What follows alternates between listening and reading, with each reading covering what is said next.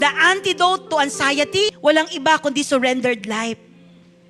Ang gamot sa kabalisahan ay ang buhay na nakasuko sa Panginoong Hesukristo.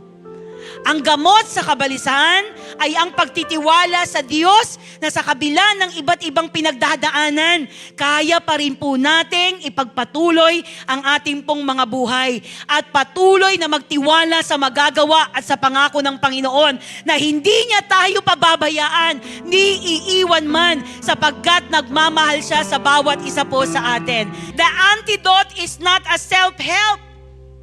Kahit anong tulong mo sa sarili mo, kahit anong paghahanda ang gawin mo, it is a Christ-centered surrender ang kailangan.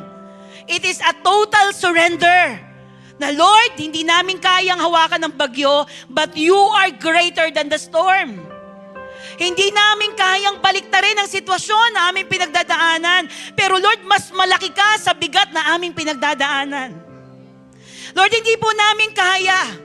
Marami kaming pangangailangan, pero Lord, mas malawak ang magagawa mo at ang kapangyarihan mo para tumugon sa aming mga pangangailangan.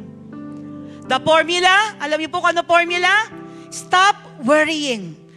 Start praying. Stay thankful. Stand peaceful. Patuloy po tayong tumayo ng may kapayapaan. Na Lord, oo, eto na, may paparating na, ganito na.